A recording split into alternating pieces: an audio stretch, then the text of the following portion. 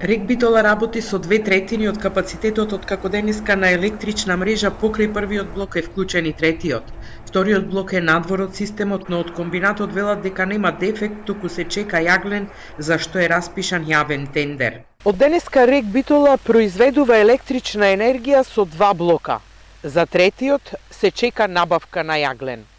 За сега од комбинатот не откриваат колкави количини на јаглен има во депонијата на РЕК Битола. Велат дека засилен е ископот во рудникот за да се обезбеди стабилно производство на електрична енергија за домаќинствата.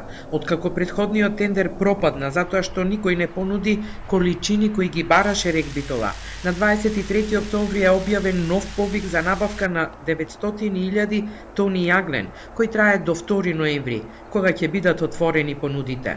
Доколку се набават потребните количини, третиот блок ќе се вклучи во производство на струја која ќе биде наменета за стопанството и институциите, со што ќе им се овозможи да се снабдат со електрична енергија по пониски цени од оние кои се на берзите, информираат од државни електрани.